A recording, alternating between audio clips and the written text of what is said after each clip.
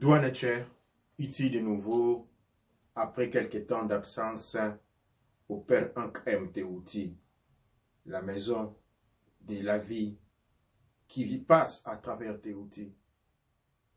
Je commence par vous saluer à tous les internautes, à toute la grande famille du Père Ankh M. Teouti. Avant de commencer notre Raoult et Tepou de ce soir, dans les titres et devoirs de mémoire, j'invite à tous les aspirants maîtres artisans, j'invite à tous les aspirantes maîtres artisans, à tous les caneb hets, à tous les caneb, à tous les baneb hets et tous les baneb, tout comme à tous les shem tepi, netcher, à se lever et ensemble célébrons l'ouverture de la voie. Doua netcher.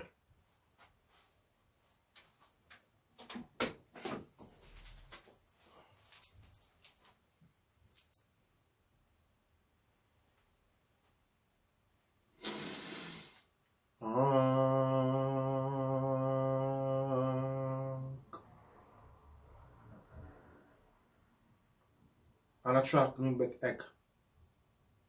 Nook umbek ek. Anatrak api. Nook api. Doua netcher. Anatrak serkets. Nook serkets.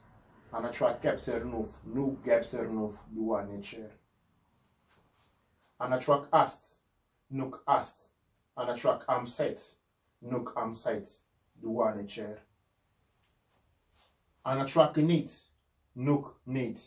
Anatrak domotef. Nook domotef. Doua netcher. Anatrak nuts. Nook nuts. Anatrak geb. Nook geb. Doua netcher. Anatrak shoo. Nook shoo. Shoo. Shoo. Shoo. Shoo. Nook shoo. Anatrak tefnut. Nook tefnut. Tefnut. Tefnut. Tefnut. Tefnut. Nook tefnut. Doua netcher. Anatrak pa unteru. Nook pa unteru. Anatrak umbu unteru. Nook umbu unteru. Doua netcher.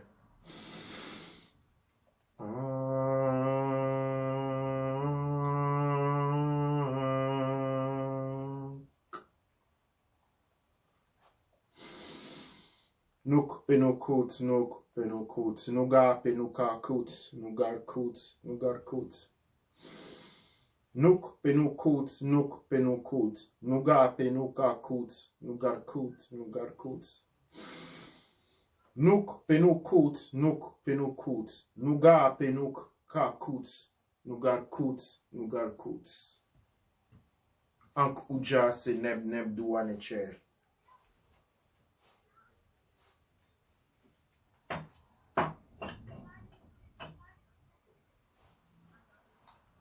Doua netcher, après quelques 2 ou 3 semaines d'absence, les pères Ankh M. Teouti retournent dans une considération, un discours, un Raoult et Tepou. Les Raoult et Tepou aujourd'hui et Raoult et Tepou qui devait être liés il y a quelques semaines. L'atmosphère a changé, les intentions ont changé, mais la concentration est restée la même. Donc, je voudrais commencer par lire un extrait de ce que nous appelons devoir de mémoire. Après la lecture, je vais rentrer dans les détails, expliquer la raison de ce détail. D'où en est-il? Les rapports au début de ce soir, nous commençons par lire le massacre de Herreros. L'histoire des persécutions nazies recèle encore des zones méconnues. En marche des travaux sur les génocides connus et reconnus celles des Juifs, les recherches ont porté sur d'autres cibles de l'idéologie du Troisième Reich. Ziganes, malades mentaux, homosexuels. Mais les épreuves subies par les Noirs considérés et aussi comme des sous-hommes restent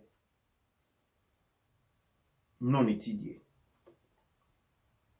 Le livre de Serge Bullet qui entreprend d'éclairer cette histoire occultée se fonde sur plusieurs sources. Témoignages de survivants qu'il a lui-même recueillis, recherches menées par des historiens allemands, récits d'anciens combattants noirs célèbres comme l'ancien président du Sénégal, Senghor, Léopold Sédar Senghor, ou le poète antillais Aimé Césaire. À l'avènement de Hitler, les Noirs d'Allemagne sont soumis au même traitement que l'histoire rapporte des Juifs. Les lois de Nuremberg de 1935, qui répriment les non-aériens, s'appliquent aux Noirs également. Plus tard, dans les pays occupés, les Noirs, qu'ils soient civils, combattants ou résistants, originaires d'Europe, d'Afrique, des Antilles ou des États-Unis, subiront des persécutions spécifiquement liées à leur couleur de peau. Les premiers Noirs visés par le nazisme sont les immigrés issus des anciennes colonies allemandes. L'Allemagne du Deuxième Reich a annexé la Namibie, le Cameroun, le Togo et le Tanganyika, l'actuelle Tanzanie. C'est là que les premiers camps de concentration ont été expérimentés. On parle des camps de concentration allemands. Généralement, on parle en Allemagne. Mais ici, l'histoire nous rapporte que les premiers camps de concentration à être nés du pouvoir du Reich, c'est-à-dire le pouvoir nazi, sont nés exactement dans la Namibie, le Cameroun, le Togo et la Tanzanie. Notamment à l'encontre du peuple Herero, en lutte contre les colonisateurs. Le terme Konzentrationslager apparaît officiellement pour la première fois en Namibie en 1905. Je rappelle que les Herero sont le peuple des habitants de Namibie. Le gouverneur nommé en Namibie est Heinrich Göring, le père du futur dignitaire nazi Hermann Göring. Ces méthodes expéditives ne viennent pas tout à bout de la résistance et le général en chef donne en 1904 un ordre d'extermination des Herero. 80% de la population sont éliminés en quelques mois. Les survivants sont regroupés dans des camps de concentration où des expérimentations anthropologiques et médicales sont conduites par le docteur Eugène Fischer. C'est lui qui, dans une Allemagne gagnée au nazisme, dirigera l'Institut d'anthropologie et d'eugénisme de Berlin, épaulé par son assistant Joseph Mengele, le futur bourreau d'Auschwitz. L'essor du parti nazisme s'appuie sur les sentiments d'humiliation nationale qui suit la défaite de 1918, où l'armée française victorieuse était largement composée de bataillons coloniaux noirs, comme des soldats africains, étaient bien présents au sein des troupes d'occupation stationnées à Rhénanie en vertu du traité de Versailles. Au Reichstag, les députés dénoncent la honte qui constitue l'utilisation des troupes noires dans un pays de civilisation germanique. Ces sauvages représentent un effroyable danger pour les hommes et les femmes de ces pays. Leur honneur, leur pureté sont anéantis. Et Hitler, dans Mein Kampf, d'enfoncer les clous, les Juifs ont amené les nègres en Rhénanie dans le but d'essuyer et de bâtardiser la race aérienne. Devenu chancelier, il prive tous les Allemands d'origine africaine de leur citoyenneté. Les mariages mixtes sont interdits. Les enfants noirs sont exclus des écoles. Aujourd'hui, les Noirs et les Juifs sont victimes d'un terrorisme fasciste.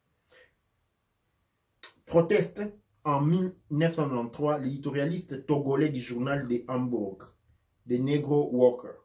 En 1936, quand Hitler reprend la Rhénanie, la moitié des enfants issus de liaisons entre femmes allemandes et soldats africains sont envoyés en camp de concentration. L'autre stérilisé des forces sous l'autorité d'Eugène Fischer. Un programme qui s'étend bientôt à tous les Noirs habitant en Europe. En France occupée, les soldats de la Wehrmacht prennent leur revanche sur les soldats et les gradés noirs.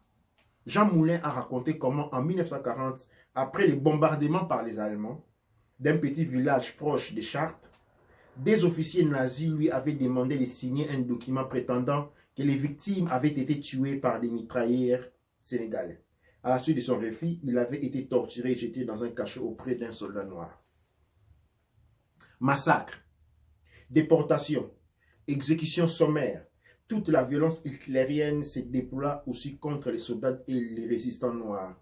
Aux Antilles françaises, de nombreux jeunes gens, comme le psychiatre Franz Cannon, s'enfuient vers les îles voisines pour rejoindre la France libre. Le nombre de déportés noirs dans les camps de concentration reste inconnu. Les populations originaires des colonies sont comptabilisées comme françaises.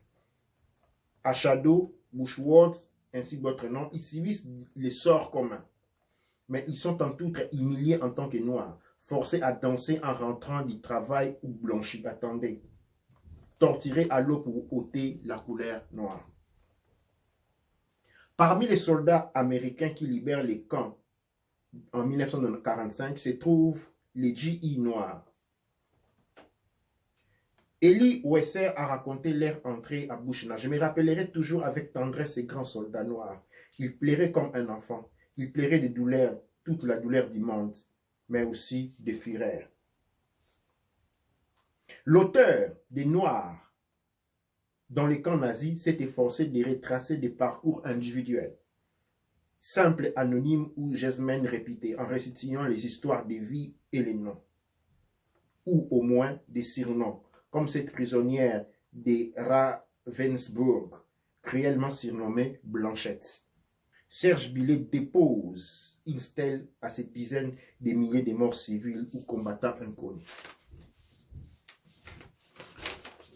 Deuxième histoire, toujours dans les Raoult et Tepou, nous sommes dans les devoirs de mémoire et puis nous allons commenter.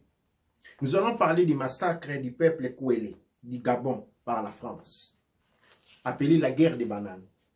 En août 1909, un conflit armé se déclenche entre les peuples Kouélé et l'armée coloniale française dans le Haut-Ivindo, terre du peuple Kouélé. C'est la guerre de la banane. Un milicien français avait coupé un régime de bananes appartenant à Ndembet et attrapé les plus beaux coqs de sa basse-cour. Ce dernier, de retour des forêts, ne va pas apprécier cet affront de l'occupant français. Il réunit quelques guerriers initiés au rite du Meji et lance une marche punitive contre la base française. 3 mois de conflit. Les Kouélés sans pitié pour les Français. Le conflit va durer 3 mois. Après 3 mois d'affrontement, les militaires français n'arrivent pas à neutraliser les indigènes Kouélés, tantôt invisibles, tantôt courant à la vitesse de la lumière. Ces soldats Kouélés utilisent des procédés mystiques, les Medjou ou l'art du combat immortel, pour couper avec les machettes ou transpercer de l'air sagué les soldats français et leurs miliciens noirs, pourtant prêts, trop bien armés. Le banquet de la mort. La victoire non conventionnelle du pouvoir français, une victoire des lâches, intervient à la faveur du bouquet empoisonné. En septembre 1909, les Français usent de la ruse, se sachant inférieurs aux soldats invincibles Kouélé. Les postes militaires français dans l'Ouogo Ivindu appellent à l'armistice. La célébration de cet armistice a lieu à Makokou. Les militaires français arrosent les boissons et aliments des somnifères. La mise à mort des soldats Kouélé. Les soldats indigènes Kwele, invités au banquet de la mort, boivent et mangent sans méfiance. Drogués, les chefs de l'armée française donnent les instructions de démassacrer les soldats immortels Kwele.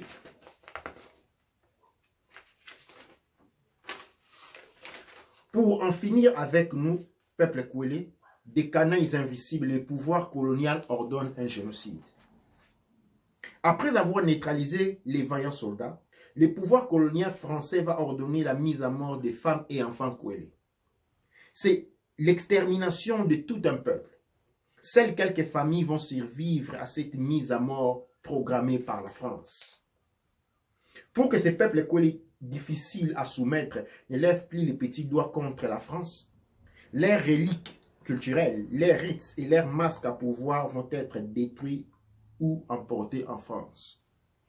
Il est demandé à tous ceux qui vont commander ce qui va devenir le Gabon indépendant en 1960 de ne construire ni école ni hôpitaux dans les zones habitées par les Kwele. Les ressortissants Kwele ne seront pas non plus promis à des postes politiques d'importance.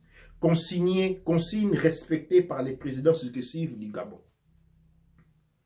Pour que les générations Kwele et d'autres peuples sachent pourquoi les Kwele sont minoritaires. Pour qu'ils sachent pourquoi il n'y a ni école ni hôpitaux dans les territoires Kwele. Les journalistes et écrivains Innocent Mbadouma et le reporter de ces récits. Je vais en finir avec un troisième. Il s'agit ici de la situation des Noirs dans la Russie. Nous sommes ici en 2006, non plus dans l'époque coloniale. La destruction du monde noir et l'élimination de la race noire dans le monde des demain. Un projet millénaire porté en exécution sous nos yeux avec toute la participation du silence africain. La détresse des Africains devenue indésirable en Russie. Des étudiants de l'Université des télécommunications de Saint-Pétersbourg en Russie, choqués par les meurtres d'un jeune Sénégalais abattu en pleine rue en 2006. Ils vivent dans une société qui les rejette et qui ne leur accorde aucun droit. La plupart sont des étudiants africains venus en Russie pour y suivre leurs études. Diplôme ou pas, ils sont exclus de toute activité professionnelle légale et sont la cible permanente des ultranationalistes russes. Alors ils se barricadent, la paire au ventre, dans l'indifférence générale. Après l'effondrement de l'IRSS, les jeunes Africains affluaient à Moscou pour les campus de la célèbre université Patrice Lumumba, du nom du nationaliste congolais assassiné au début des années 60. Elle a été rebaptisée l'Université de l'amitié du peuple. Des milliers d'étudiants étaient reçus à bras ouverts en Union soviétique. Médecins, ingénieurs, économistes, juristes, etc. Et révolutionnaires africains. Ils pouvaient poursuivre leurs études pendant des années. Tout frais payés par les Kremlin. Souciés de freiner l'influence occidentale en Afrique à l'époque de la guerre froide. À la chute du mur de Berlin, en novembre 1989, ils étaient près de 30 000 étudiants africains à fréquenter les universités soviétiques. Avec la disparition de l'IRSS, cette page a été définitivement tournée. C'est au pays de provenance ou aux parents qu'il revient désormais de financer les études de ceux qui décrochent un visa pour la Russie. En 2013, les étudiants venus des 42 pays africains poursuivaient leurs études dans l'ex-Union soviétique. Ils vivent dans la précarité et l'insécurité, dans une société gangrénée par les racismes anti-noirs. Ici, c'est la Russie. On ne vous connaît pas. Qu'ils soient détenteurs des papiers de séjour légaux ou pas, ils vivent tous dans la précarité. C'est ce qu'explique le Camerounais qui s'est confié à RFI. Arrivé à Moscou en 2005, il a décroché un diplôme en management d'entreprise après 6 ans d'études. Mais là-bas, pas de travail pour les Noirs, bardé de diplômes russes ou pas. Pour survivre, il faut travailler au noir, soupire-t-il. Ismaël en sait quelque chose, originaire de la Côte d'Ivoire. Il passe ses journées dans la rue à distribuer des prospectus aux passants sous un froid glacial. C'est très difficile. Moins 14 degrés, moins 15. Tu n'as pas le choix. Tu ne peux pas rester à la maison. Qui va te donner de l'argent? À ses côtés, son ami congolais n'a pas fait le voyage de Moscou pour y poursuivre ses études. Il y est arrivé en 2011, en fuyant son pays avec l'espoir de rejoindre l'Europe occidentale. Son rêve s'est arrêté dans la capitale russe où il a été surpris par les racismes anti-noirs qui gangrènent la société. J'ai des larmes aux yeux quand je dis ça. Ce n'est pas facile de vivre ici, parle-t-il. Nous sommes au XXIe siècle, mais jusqu'à ce moment, on nous injurie. J'ai même honte de prononcer ça. Macaque, nègre, va-t'en en Afrique. Ici, c'est la Russie, on ne vous connaît pas. En 2006, déjà, la violence frappe la communauté africaine de Saint-Pétersbourg. Ici, les étudiants sont rassemblés sur les sites de meurtre d'un jeune Sénégalais, abattu en pleine rue par des inconnus. En 2006 déjà, la violence frappe la communauté africaine, sans papier et sans existence légale. Sans papier, tous les Africains qui ont suivi leurs études en Russie n'existent légalement pas. Ils ne sont pas autorisés à travailler. Eh bien, la liste continue. Ici, chers Sen et Senet, chers Mout, chers Sa et Sat, nous devons faire l'effort de nous souvenir. Dans les 3 histoires que je viens de lire, je suis parti de l'époque coloniale. Je suis parti des années 60. Cette lecture des années 60 représente un peu ce qui s'est passé avant l'année 60 dans la période reconnue comme la colonisation après que l'esclavage se soit bâti en Afrique noire. Et nous sommes allés de là jusqu'à rejoindre l'époque, ce que nous appelons l'époque moderne. Et nous voyons que la situation n'a absolument pas changé. Mais cependant, souvent nous dormons. Souvent nous, spécialement nous noirs, nous acceptons de vivre dans un rêve irréaliste qui n'est pas vrai. Ce rêve est celui d'accepter le monde moderne, le monde légal. Pendant que la réalité des faits, nous partons aux États-Unis. Nous avons le phénomène des hommes libres, des femmes seules. Pourquoi tous les hommes sont en prison? Nous arrivons dans le Royaume-Uni. Nous allons en France, à Belgique. Nous avons tous les hommes dans les prisons. Ceux qui ne sont pas en prison sont sans papier, sans droit de travail. La notion de liberté est quelque chose qui n'a rien à voir avec la possibilité, la capacité d'accès aux biens matériels. Durant l'esclavage ou durant la colonisation, il y avait aussi l'accès aux biens matériels. Les biens matériels, la possibilité de pouvoir acheter une voiture, la possibilité de pouvoir acheter une maison n'a rien à voir avec la notion de liberté ou la notion de l'esclavage, de la domination, non. En fait, à qui donnez-vous l'argent de votre travail, en fait? C'est-à-dire, quand vous achetez une maison, vous n'achetez pas la terre. Quand vous achetez une voiture, vous achetez un bien survalié. Mais l'argent retourne toujours entre les mains du colon. C'est-à-dire, nous pouvons ici voir en action, en œuvre, un colonialisme qui s'est, en fait, diversifié. Un colonialisme qui a pris différentes directions et s'adapter aux situations. Mais l'équation ne fournit toujours et toujours que la même réponse. Nous, les Noirs, nous sommes toujours perdants. Dans les situations normales, nous sommes perdants parce que nous sommes incapables de contenir une capacité économique pouvant permettre un développement serein et véritable.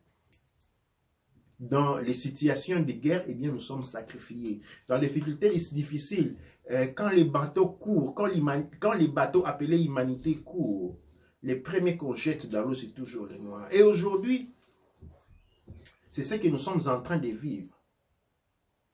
Le cas de mort subite parmi les jeunes noirs est devenu un phénomène. Partout en Angleterre, en France, en Belgique, des morts subites, des morts sans cause, dites naturelles. L'impossibilité de trouver le travail, de pouvoir se permettre une vie digne. reste encore une réalité flagrante. Nous ne pouvons pas la comparer à la colonisation, l'esclavagisme, seulement sur des concepts qui ne tiennent pas les pieds. Parce qu'en réalité, les pouvoirs économiques, c'est ça qui détermine la capacité de liberté ou pas. Et aujourd'hui encore, nous n'avons aucun pouvoir. Mais aujourd'hui, je parle du devoir de mémoire. Je ne suis pas dans une analyse économique et financière. Nous sommes en train de parler du devoir de mémoire. La mémoire est importante parce que quand vous ne savez pas vous d'où venez et vous oubliez par où vous êtes passé, il vous sera très difficile de savoir où vous êtes en train d'aller ou d'arriver quelque part.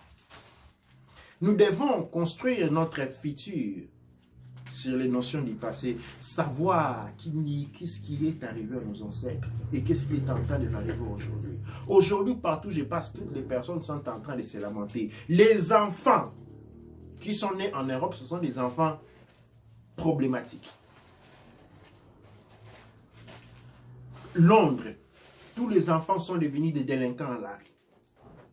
J'ai regardé l'autre jour une vidéo où, avec une discussion, il y a un jeune garçon d'à peine entre 15 et 18 ans qui sort de sa poche, je ne sais pas moi par quelle magie, une machette d'à peu près 60-80 cm de longueur. Il s'est réveillé le matin et a mis une machette dans sa poche. Les filles, c'est les bordels, la prostitution. Mais les causes de cette situation, les causes de ce que nous sommes en train de voir ici, dépendent du fait que nous avons oublié qui nous sommes. Nous avons oublié quelle place, non que nous occupons de la société, mais quelle place nous avons été portés à occuper de la société. Nous avons pensé que l'exterminateur d'hier, nous avons été portés, nous sommes arrivés, on nous a convaincus que les prédateurs d'hier étaient devenus l'ami d'aujourd'hui, ce qui est impossible, parce que le crocodile reste un crocodile. Mort ou vivant. Le crocodile reste toujours un crocodile. Et aujourd'hui, dans le devoir de mémoire, nous devons faire les comptes avec combien de nous avons abandonné. Qui racontez-vous aux enfants? Nous sortons d'une histoire dramatique. Et ce drame est important. Ce drame est important parce qu'il nous permettra de forger un futur résistant et puissant. Dans la mesure où nous saurons reconnaître qui est notre ami, qui n'est pas notre ami. Aujourd'hui, c'est la pagaille. Regardez comme l'Afrique, le Kama est en train d'être vendu. Kama est complètement d'être vendu. Si nous continuons comme ça, avec l'extermination en cours, nous deviendrons comme ce que les peuples qu'on appelle les gitans, les peuples sans territoire qui peuvent errer d'un côté à l'autre sans droit d'avoir un document d'identité, sans aucun droit, donc sans aucune responsabilité, tout simplement parce que leur terre qui est l'Europe, l'Europe occidentale appartenait aux gitans. Ils ont perdu ces terres. Aujourd'hui, on les cache sous les reflets ou sous l'étiquette des gitans. Mais ce sont les vrais occupants de cette terre. Les autres sont venus des monts hauts et de la Russie septentrionale. Et donc aujourd'hui, les massacres dont nous parlons, nous ne considèrent pas les 3 cas que j'ai cités. Nous avons connu beaucoup de massacres. Beaucoup de massacres pendant un temps très court. J'aimerais ici relater que je ne suis pas en train de faire l'apogée ou l'apothéose de l'esclavagisme. Tout simplement, nous avons le devoir de nous en souvenir. Nous avons le devoir de nous en souvenir. Pourquoi nous devons nous en souvenir? Parce que les gens ceux qui nous ont contraints dans cette situation sont encore là. Et pour nous devons connaître qui sont avec nous. Nous devons connaître la nature des personnes qui sont tout autour de nous. Parce que sinon, nous sommes en danger. Et aujourd'hui, le peuple noir est tombé dans un piège appelé l'Occident parce que nous avons péché du point de vue du devoir de mémoire. Le devoir de mémoire est très important. Aujourd'hui, nous avons les rentrées de l'esclavage du peuple noir et personne ne dit un mot. Des millions de personnes sont en train de mourir au Congo, personne ne dit un mot. Un nettoyage racial du peuple bantou est en train de se passer tous les jours. Des dizaines de milliers de personnes meurent. Et le peuple noir est encore distrait. Pourquoi? Parce que nous avons oublié qui nous sommes. Nous avons oublié qui sont les nôtres. Nous vivons dans une confusion. Nous vivons dans une confusion qui ne peut que porter très mal. Les peuples bantous sont en train d'être détruits dans le monde. Nous avons vu partout. Il y a un acharnement à la limite eugéniste, c'est-à-dire un destructeur éliminé, déracinateur du peuple bantou. Mais on a vu quelques balles se tirer dans le Soudan, avec toute ma sympathie pour ceux qui sont en train de se lever contre le pouvoir dictatorial militaire du Soudan. Eh bien, on en parle sur tous les journaux. Mais au Congo, là où on est en train de massacrer les personnes, rien n'est dit. Pourquoi? Parce qu'il y a une implantation juive dans le Congo, dans Goma. Et il y a une implantation juive, c'est-à-dire occidentale juive dans le Goma, et dans Goma, et à Beni, il y a un massacre. En réalité, quand on est en train de parler de massacre à Beni, on ne devait pas parler de massacre, on devait parler de nettoyage ethnique, parce que c'est comme ça que ça se passe. Dans un premier lieu, il y a une implantation physique, et puis on commence à nettoyer. De la même manière, quand des êtres humains vont s'installer de quelque part à côté d'une brousse, qu'est-ce qu'ils vont? Avant tout, ils arrivent, après ils commencent à couper les arbres. On abat les arbres, bah avant tout, avant d'abattre les arbres, il faut s'implanter. La même chose, nous sommes en train de vivre au Béni. Et je suis sûr que Béni, ce n'est pas la seule réalité. La communauté juive s'est installée et maintenant à Goma et à Béni, on est en train de faire ce qui se passe au Congo, de la République démocratique du Congo, est un nettoyage ethnique du peuple bantou, des souches. Parce que nombreux pensent que le peuple bantou est originaire de l'Afrique centrale, de Tanetcher. Non, les peuples bantous sont originaires de la région située depuis l'Inde, le Pakistan, jusqu'à tout le Moyen-Orient, ce qu'on appelle les Canaan. Tous ces territoires étaient des territoires appartenant au peuple bantou. Quand nous avons subi, il y a moins 4500 l'assauts, l'assaut aérien, eh bien, le peuple bantou s'est divisé en deux parties. Une partie est allée vers ce qu'on appelle les Amériques. L'autre partie est allée dans les régions bas jusqu'à l'arrivée dans l'Afrique centrale. Et notre élément très important à savoir est que nous sommes dans ces mouvements de révisitation historique. Nous avons été longtemps foudrés par cette histoire des esclaves noirs apportés aux États-Unis, des histoires noires apportées aux Martinique, en Guadeloupe, des histoires des esclaves noirs apportés en Haïti. Eh bien, c'est un mensonge. C'est un mensonge énorme. Parce que qu'est-ce qui s'est passé à cette époque-là? Bien entendu, il y a eu l'esclavage. Comme les Arabes avaient commencé les razzias. Mais des razzias arabes, on n'en parlait pas. Or, les Arabes étaient beaucoup plus développés du point de vue technologique et de capacité organisatrice que les Occidentaux. L'esclavage a bien existé, mais sur le nombre des esclaves déportés de l'Afrique, on a au moins ajouté 6 zéros. Le nombre était peu. Beaucoup de personnes, bien entendu, que nous plairons, que nous devons reconnaître la mémoire, que nous devons honorer. Mais les Noirs avaient occupé le monde entier depuis très longtemps. Quand vous lisez le livre d'Ivan Sertima, vous allez voir que les Noirs étaient arrivés en Amérique avant Colombo, beaucoup, très longtemps avant. La Guadeloupe, la Martinique, les Antilles, tous ces territoires étaient habités par les Noirs bien longtemps, avant même l'apparition de l'homme de Néandertal.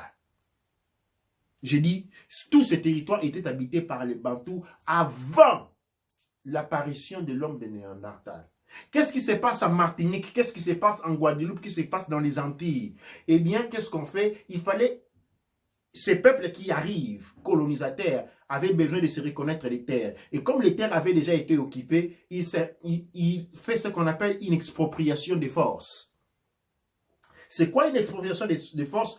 On vous impose une histoire selon laquelle vous avez été importés comme des esclaves.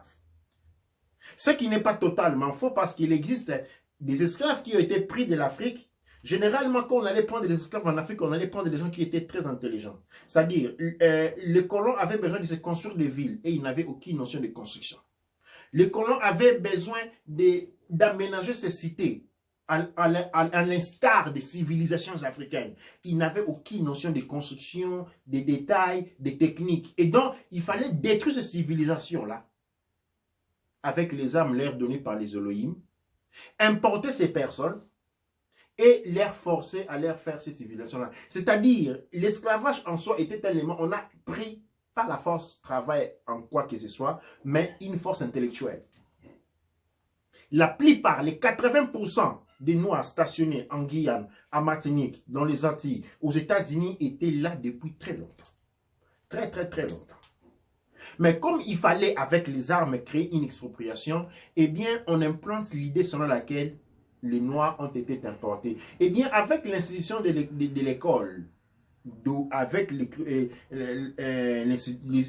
l'institution des écoles, qui continue à enseigner un mensonge, génération après génération, la vérité a fini par se taire. Mais attention, attention, la vérité finit toujours par venir. Aujourd'hui, nous sommes en train de célébrer la vérité. Et je m'adresse maintenant au peuple de la Guyane. Je m'adresse au peuple de la Guadeloupe, de la Martinique, des îles des Antilles. Vous n'êtes pas des descendants des esclaves. Les esclaves qui sont partis de l'Afrique ont été subis à de très lourdes épreuves. Voyager dans des bateaux enchaînés pendant très longtemps. La grande majorité a péri. Et ceux qui sont arrivés sur le territoire étaient contraints à des travaux forcés.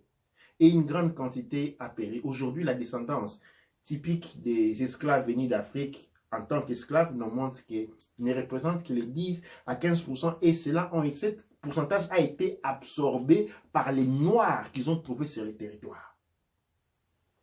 Donc aujourd'hui, parler des descendants d'esclaves. Non, je parlerai plutôt des descendants des mentis, des descendants de ceux qui ont été mentis. Il s'est passé une expropriation historique du territoire. Aujourd'hui, les autochtones sont devenus les immigrés. Et les immigrés se sont montrés, se sont installés faussement disant propriétaires. On en parle des îles anglaises, les îles françaises, ça n'existe pas. Aujourd'hui, la jeunesse, cette jeunesse qui naît de cette génération, vous devez savoir une chose. Quand Kemet est tombé pour la première fois entre les mains des Hittites, Kemet est resté sous domination hittite pendant 460 ans.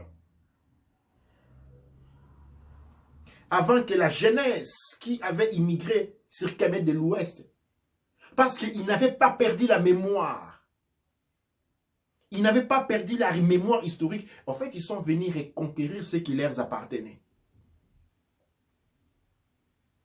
Ils sont venus reconquérir ce qui leur appartenait.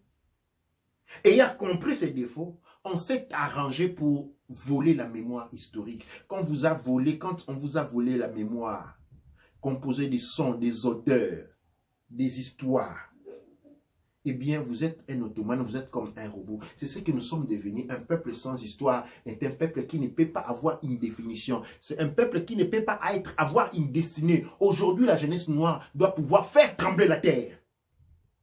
Parce que cette terre-là, c'est la planète noire. Cette terre-là, c'est la planète noire. Nous sommes les premiers arrivés sur cette planète. Créé au même moment où Amon-Ra a été créé, c'est créé lui-même. Et donc, cette jeunesse qui est en train de se battre en Guyane, en Martinique, dans les Antilles, prenez force. Vous n'êtes pas des descendants des esclaves. Vous avez vos ancêtres ont simplement été mentis. Et ces mensonges, on a répété un mensonge pendant très longtemps au point qu'il a commencé à ressembler à une vérité. Mais un mensonge reste toujours un mensonge. Et tôt ou tard, comme aujourd'hui, la vérité est en train de sortir. La même histoire aux États-Unis d'Amérique. Dans les Amériques, on parle d'Amérindiens. Les Amérindiens, tout comme les Pakistanais et les Indiens, ce sont des races intermédiaires. Ce ne sont pas des races à soi, mais ce sont des métis. Pourquoi c'est là? Parce que pour avoir les Amérindiens, et vous regardez les lignements des Amérindiens, vous ressemblez à des Africains. Hein, vous regardez leur nez, leur joue, leur façon de chanter. Pourquoi? Parce qu'ils sont nés du croisement entre les Noirs et les Asiatiques. Les Asiatiques, à l'époque de ces croisements, n'ayant aucune culture alors, eh bien la culture qu'ont reçue les Amérindiens était la culture de leurs parents, c'est-à-dire la culture noire. Mais on veut parler de l'Amérique habitée par les Amérindiens, un peuple métis, sans parler de leurs parents, les Asiatiques. À l'époque appelés les Zéro-Hausiens et les Noirs. Quand on parle aujourd'hui, et c'est un de ceux qui est en train d'être ouvert, quand on dit Amérindien, eh bien, ça n'existait pas les Amérindiens. Les Amérindiens sont des descendants, les fils des Noirs, mélangés avec les Asiatiques. Et quand on parle des Noirs venus de l'esclavage, non. Les Amériques appartenaient aux Noirs depuis toujours. Parce que nous sommes immigrés avant même l'existence de l'homme néandertalien, l'ancêtre de l'occidental. Nous étions déjà présents sur ce territoire-là. Et la jeunesse doit pouvoir réaliser ces vérités, c'est-à-dire absorber ces réalités et nous réveiller. Nous ne sommes pas les petits du coin. Nous sommes les propriétaires. Et si cette histoire va dans la renaissance noire, la réconsidération de qui nous sommes réellement, nous devons sortir de cette tutélage de ceux qui sont venus après. Nous avons la force de nous relever. J'étais en train de dire que l'histoire de l'esclavage noir ne date que de moins 4500 ans jusqu'à aujourd'hui. Quand nous faisons la somme de 4500 ans jusqu'à 2018, 2019, nous avons autour de 5000 ans. 5000 ans. 5000 ans dans toute l'existence noire ne représente que 0,1. Mais cette expérience aussi forte et traumatisante a été importante. Parce qu'il nous apprend. Il doit nous apprendre. C'est pourquoi nous prenons le devoir de mémoire à revaloriser ce que nous avons de plus précieux. Ce que nous avons de plus précieux, ce n'est pas dans les diamants. Ce n'est pas dans les richesses de la terre. C'est en nous. Parce qu'il fallait détruire l'humanité noire.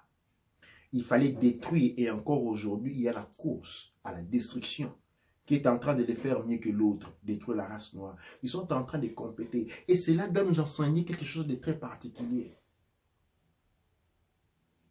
On n'abuse pas celui qui n'a pas de la valeur.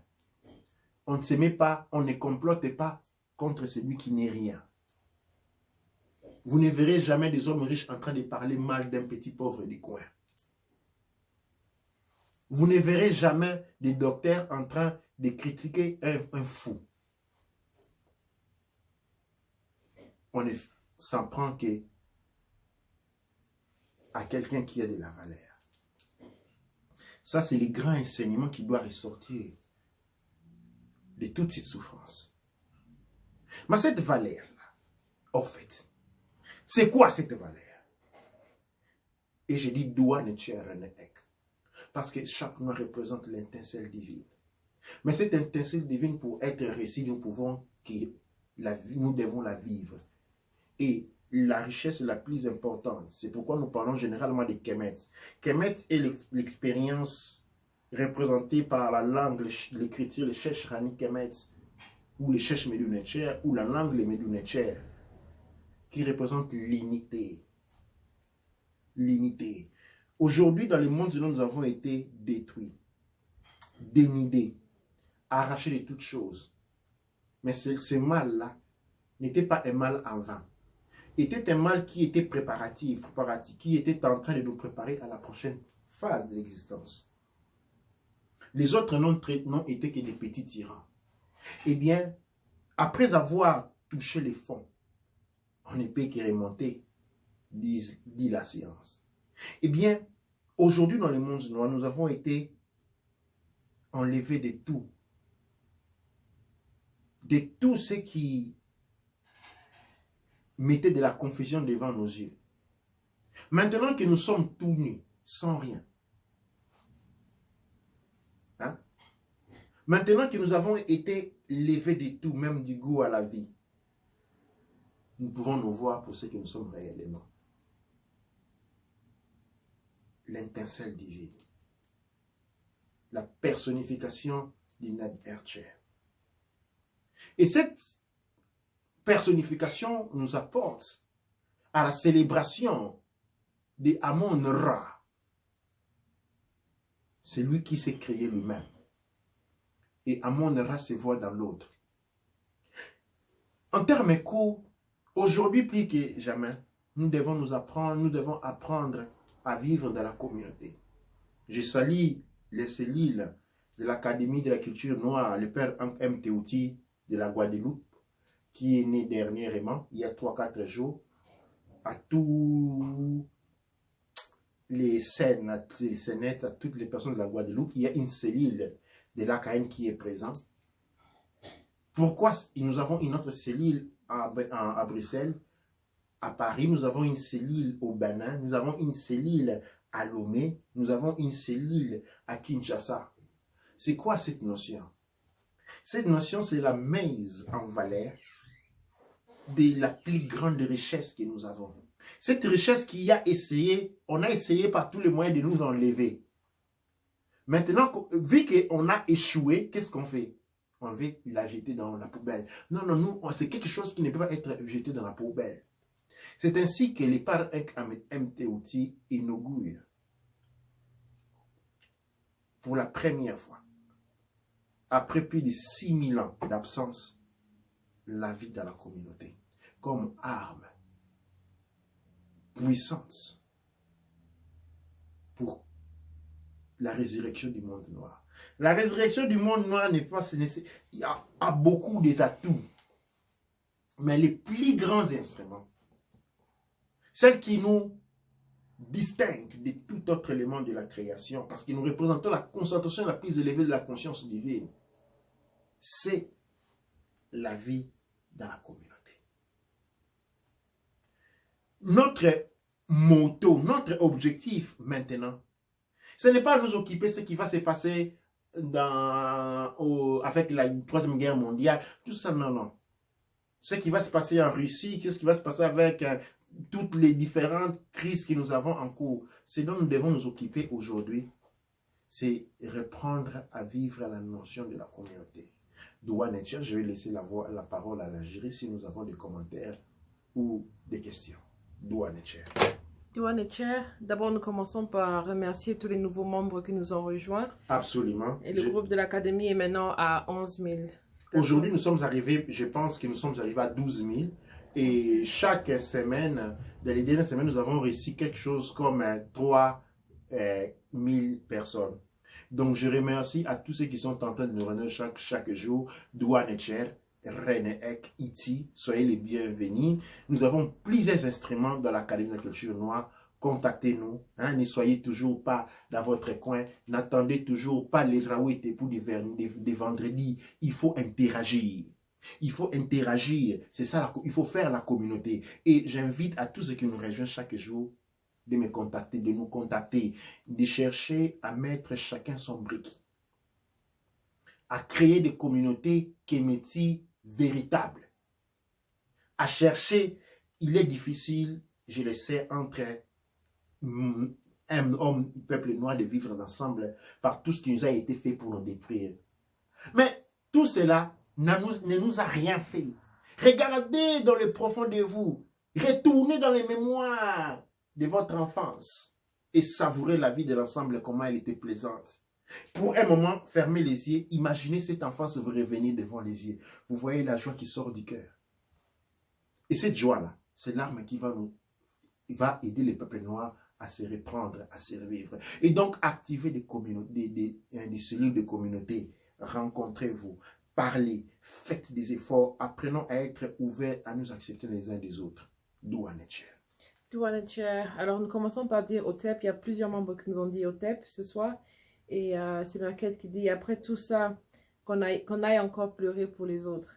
Ils ont commencé leur folie chez nous. Et puis, avec tout ça, je pense que les Juifs n'ont pas autant souffert.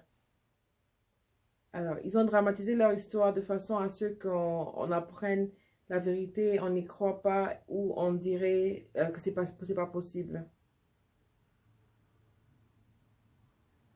Le noir n'a pas d'amis. Si on les met, c'est par intérêt. Notre culture, pour eux, c'est du folklore. Donc, arrêtons l'hypocrisie et commençons à comprendre parce que la chute n'est pas loin. Douane Cher.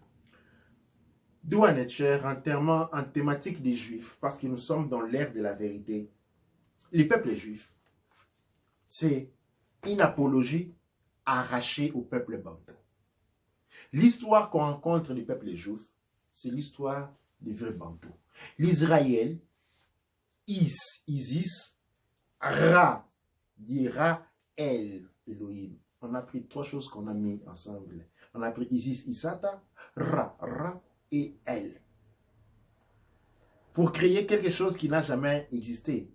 L'Israël, c'est un territoire en Palestine. Vous êtes en train de voir les méfaits qu'on est en train de faire maintenant, casser les écoles palestiniennes. Mais tout ce territoire du Moyen-Orient, arraché à Kama avec l'explosion du détroit de Gibraltar. Nous devons apprendre, ça c'était notre territoire, le territoire de Bantou.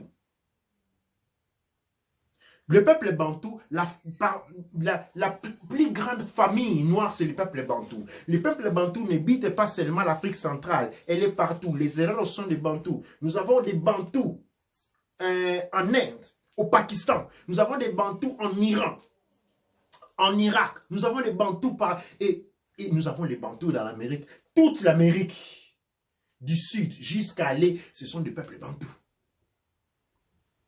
Et c'est ces peuples-là qu'on est en train d'exterminer.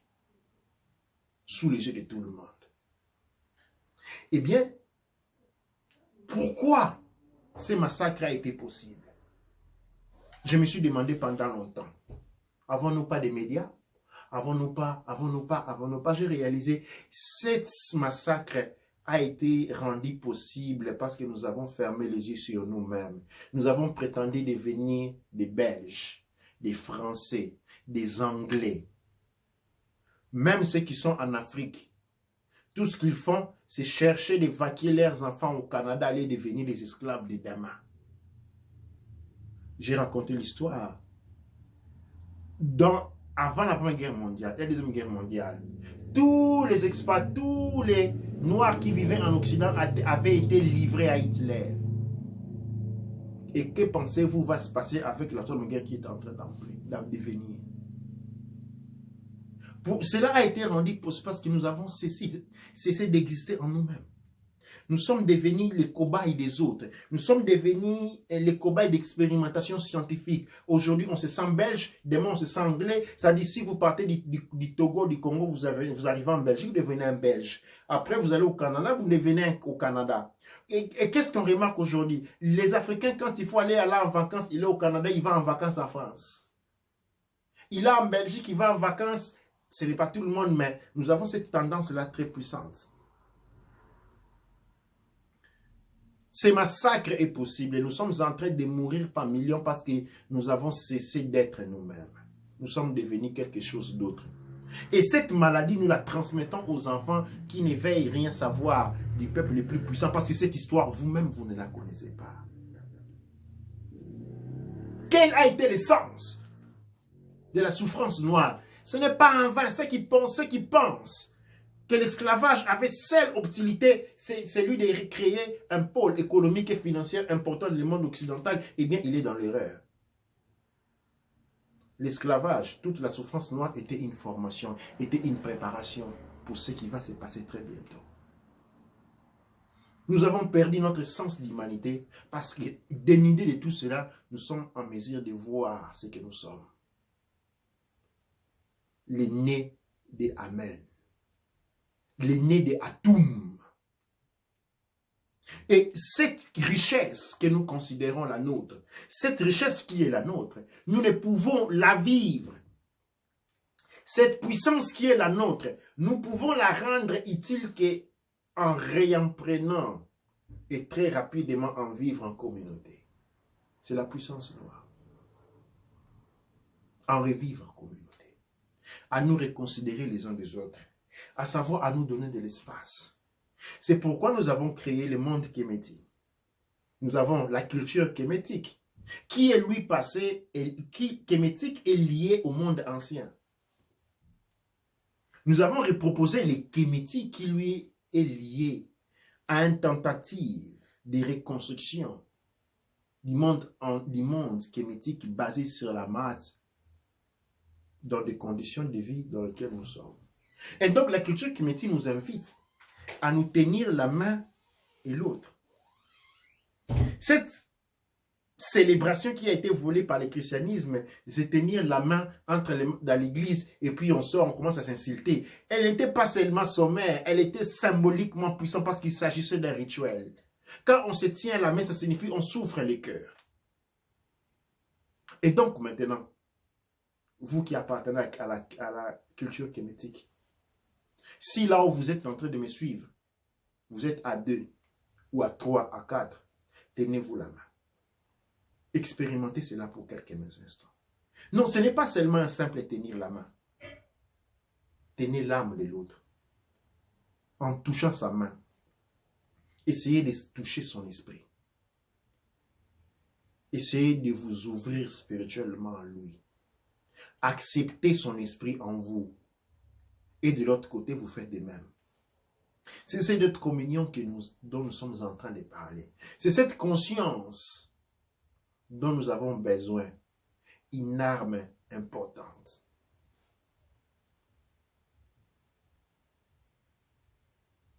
Nos ancêtres premiers, ceux qui sont venus de Sirius, Kakongo, pour nous apprendre les chemins de l'évolution, ceux qui nous ont initiés à la spiritualité, à l'agriculture, à la menuiserie, à la vie de la nature, nous ont laissé un grand arme, mais qui n'est pas un arme qui tue les autres. C'est une arme qui chasse l'obscurité. C'est une arme capable de détruire à peuple. Il y a l'intelligence artificielle qui est en train de séminer la terreur dans le monde noir. Destruction à tableau. Cette arme-là, ce n'est pas une arme qu'on utilise contre les autres. C'est une arme. C'est une richesse. C'est une valeur. Elle est traduite du point de vue sémantique ou du point de vue physiologique par la mélanine présente sous notre peau. Cette mélanine, dont la concrécité nous apporte à la voir inscrite dans notre peau, a une partie spirituelle aussi. La partie spirituelle de la mélanine est la capacité d'interaction de la vie communautaire noire. Cette grande arme qui nous a été enlevée, pensez, dès que vous arrivez en France, dès que vous arrivez en Angleterre, on vous éparpille. Pourquoi on veut vous éparpiller? Pourquoi veut-on vous éparpiller? Eh bien, pour vous priver d'un élément d'avantage. Mais c'est venir ensemble, elle doit venir selon le respect de la loi de la maths. Parce qu'en respectant les lois de la maths et en venant ensemble, nous sommes prêts à la résurrection du monde noir. C'est ici donc que j'ai conclu les Raoult et Tepou de ce soir, en vous invitant à une très longue réflexion. Ne prenez pas mes paroles en vain et ne l'écoutez pas comme une étude des caractères intellectuels ou une prédication du caractère moral. Prenez-la plutôt comme un oracle. Les événements qui sont en train de se préparer vont ébranler tous les systèmes que vous connaissez. Les systèmes sociaux qui sont déjà en débandade. Des systèmes économiques qui sont à plus que des bandades. Dans les organisations nationales, ainsi de suite, tout va être ébranlé. Et le peuple noir a subi une formation depuis les 5000 ans à ce qui va se passer maintenant. Que cette préparation-là ne soit pas en vain, n'ait pas été en vain. Nous devons nous relever. Et nous ne relevons qu'à reconsidérer la communauté. Doua Netcher, Doua Amon-Ra, Doua Neb-Ercher. C'est encore en me tournant vers le Créateur qu'en cette phase de conclusion, je regarde et je dis Amasu Empa Emra Sangsu, Emenra Empa Emra, Aou, Kouaoura, Manketi Pa,